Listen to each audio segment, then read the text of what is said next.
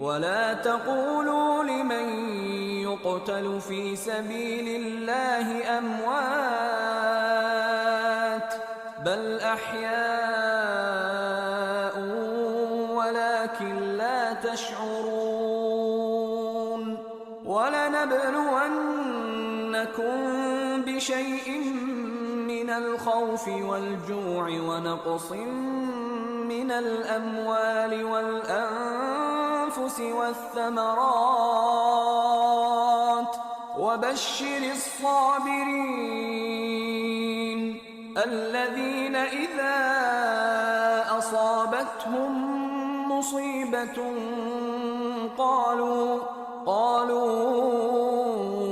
إنا لله وإنا إليه راجعون. அஸ்ஸலாமு அலைக்கும் வரஹ்மத்துல்லாஹி வபரகாத்துஹு. அன்புள்ள என் இஸ்லாமிய சொந்தங்களே, மஸ்ஜித் தௌஹீத் அறக்கட்டளை சார்பாக நம் தினந்தோறும் ஒரு செய்தியை உங்களுக்கு வழங்கி வரோம்ல, அதுல திருமுறையின் தோற்றுவாயாக அமைந்திருக்கக்கூடிய அல்கம் சூராவின் விளக்கத்தை பார்த்து வர்றோம். அதுல இந்த ஈயாக்க நஅபுது, உன்னையே வணங்குகிறோம் என்ற சொல்லின் ஆழமான அர்த்தத்தை பார்த்து வரோம்ல. அதுல நம்ம இப்ப என்ன விளங்கிக்கணும்னா, பொதுவா மனிதர்கள் இந்த அவுலியாக்களை நாடி போறாங்க, அவங்க தங்களுடைய தேவைகளை நிறைவேற்றிடுவாங்க அப்படின்னு சொல்றோம். அவங்கள்ட்ட போறாங்கல்ல, அதுக்கு அவங்க சொல்லும் காரணங்கள் அவங்க அல்லாவின் பாதையில் மரணிக்கல, உயிரோடு இருக்கிறாங்க அப்படின்னு சொல்றாங்க. அதுக்கு அவங்க ஆதாரமா என்ன சொல்றாங்கன்னா, குர்ஆனுடைய வசனம் 2:154 அல்லாவே சொல்றான், அல்லாஹ்வின் பாதையில் கொல்லப்பட்டவர்களை இறந்தோர் என்று கூதாரியர், மாறாக அவர்கள் அல்லாஹ்விடம் உயிரோடு இருக்கிறார்கள் அப்படின்னு சொல்றான் அல்லாஹ். அதுபோக திருக்குர்ஆன் 3:169 அல்லாஹ்வின் பாதையில் கொல்லப்பட்டோரை இறந்தோர் என்று எண்ணாதீர்கள், அவர்கள் தம் இறைவனுடன் உள்ளனர், அவர்களுக்கு உணவும் வழங்கப்படுகிறது என்று அல்லாஹ் குர்ஆன்ல சொல்றாங்க. இந்த 2 வசனத்தை வைத்து கொண்டு அவங்க அல்லாஹ்வின் பாதையில் கொல்லப்பட்டிருக்காங்க, அவங்க அல்லாஹ்வின் பாதையில் இருக்கிறாங்க அப்படின்னு, அவங்க உயிரோடு இருக்கிறாங்க, அதனால அவங்கள்ட்ட கேட்கலாம் அப்படின்னு சொல்றாங்க. இது நம்ம கொஞ்சம் சிந்தனைக்கு எடுத்துக்கொண்டோம்னா அப்படி அல்லாஹ் சொல்லலை. அல்லாஹ்வோ நபிகள் நாயகமோ அவர்கள் உயிரோடு இருந்தாலும் அவர்கள்ட்ட கேட்கணும், நம்ம நம்ம தேவைகளை நம்ம கேட்கணும் அப்படின்னு அவங்களுக்கு முதல்ல அவங்க உயிரோடு கொல்லப்பட்டார்களா, அல்லாஹ்வின் பாதையில் கொல்லப்பட்டார்களா என்று கூட நமக்கு தெரியாது. அல்லாஹ்வின் பாதையில் கொல்லப்பட்டவர் என்று தெரிந்தா யாருக்கு தெரியும்? அல்லாஹ்வுக்கு தான் தெரியும், மற்ற யாருக்கும் தெரியாது. நம்ம உதாரணத்துக்கு ஒரு மறுமை நாள்ல அல்லாஹ்வின் பாதையில் கொல்லப்பட்ட ஒரு மனிதரை நீ நரகத்துக்கு போப்பா அப்படின்னு சொல்லுவானா. அப்ப யா அல்லாஹ், நான் உன்னுடைய பாதையில சயீத் ஆயிட்டேன், என்ன போய் நரகத்துக்கு போய் சொல்றேன் அல்லான்னு சொன்னோன்னே, நீ எனக்காக செய்யல, நீ அல்லாஹ் உன்னை வீரதீர பராமகரசாலின்னு உலகத்துல உள்ள மக்கள் சொல்வதற்காக சொன்ன நீ இறந்த, நீ கொல்லப்பட்ட, அதனால நரகத்துக்கு போன்னு சொல்லுவான். இப்படி 3 சாரார் சொல்றான்ல. இப்படி அவர்கள் இறைவனின் பாதையில் உண்மையாக கொல்லப்பட்டார்கள் என்பதற்கான எந்த சான்று நமக்கு இல்லை.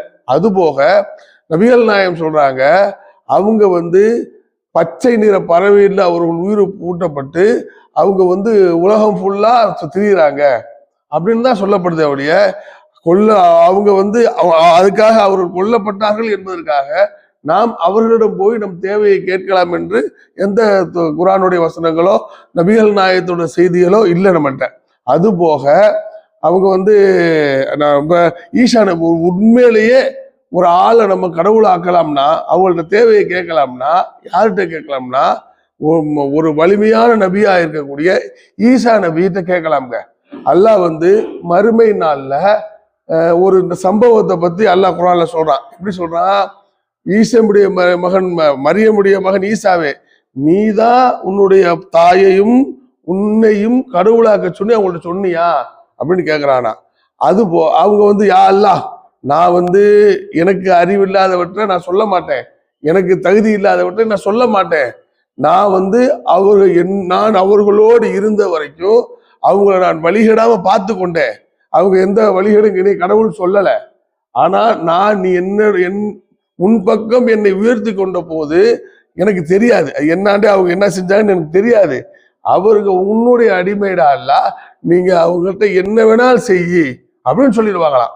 இதுல இருந்து நம்ம ஈசா நபிக்கு அந்த கேட்கிற ஈசா நபி அல்லாஹ்விட்ட உயிரோடு இருக்கிறாங்க, நிஜமாவே உயிரோடு தான் இருக்கிறாங்க, இன்னும் அவங்க திருப்பி வந்துதான் மரணிக்க போறாங்க.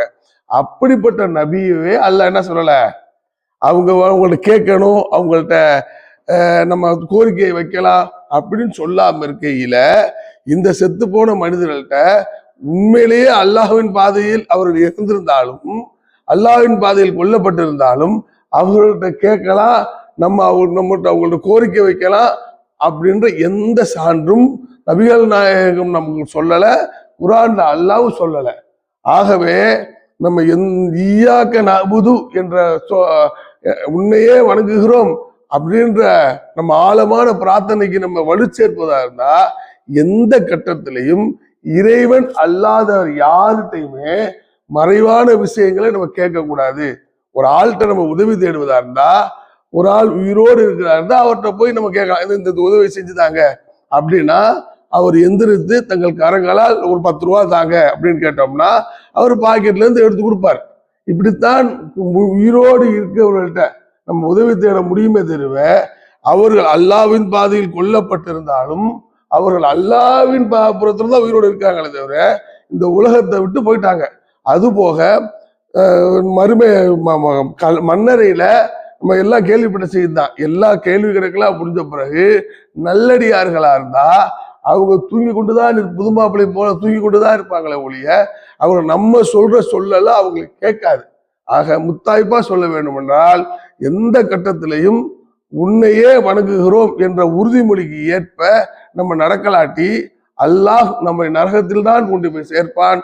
எந்த ஒரு மனிதர்கிட்டையும் உதவி தேட தேவையில்லை, இறந்து போன மனிதர்கள்ட்ட உதவி தேட தேவையில்லை, நித்தியமான அல்லாஹ் இருக்க என்று கூறி என்று நம் மனதில் நினைச்சிட்டு அல்லாஹை மட்டுமே வணங்கக்கூடிய நன்மைக்காக நம்ம வாழ்ந்தால்தான் இந்த உலகத்திலையும் மறு உலகத்திலையும் நமக்கு வெற்றி கிடைக்கும் கூறி அல்லாஹ்வை தவிர வேறு யாரும் வணங்காத நன்மைக்காக அல்லாஹ் நம்மளை ஆக்க வேண்டும் என்று கூறி நிறைவு செய்கிறேன். வாஹிரு தவானா அல்ஹம்துலில்லாஹி ரப்பில் ஆலமீன். அஸ்ஸலாமு அலைக்கும் வரஹ்மத்துல்லாஹி வபரகாத்துஹு.